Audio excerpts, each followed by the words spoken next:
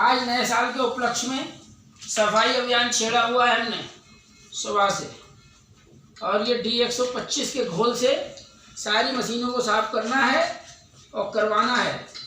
और सारी मशीनों की नॉब और ये इनके हॉज पाइप और इनकी केबल ये भी सफा होनी चाहिए। आदमी क्या करता है, इन्हें छोड़ देता है, इग्नोर कर देता है।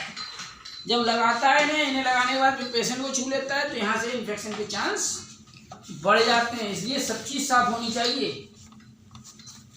आज 1 जनवरी 2025 की हार्दिक शुभकामनाएं सफाई के उपलक्ष्य में। और हमारे साथ हमारे मिशन पर हैं गुलशन भैया और देवेश भैया। दोनों भाई बड़ी मेहनत से काम करवा रहे हैं। Okay, thank you.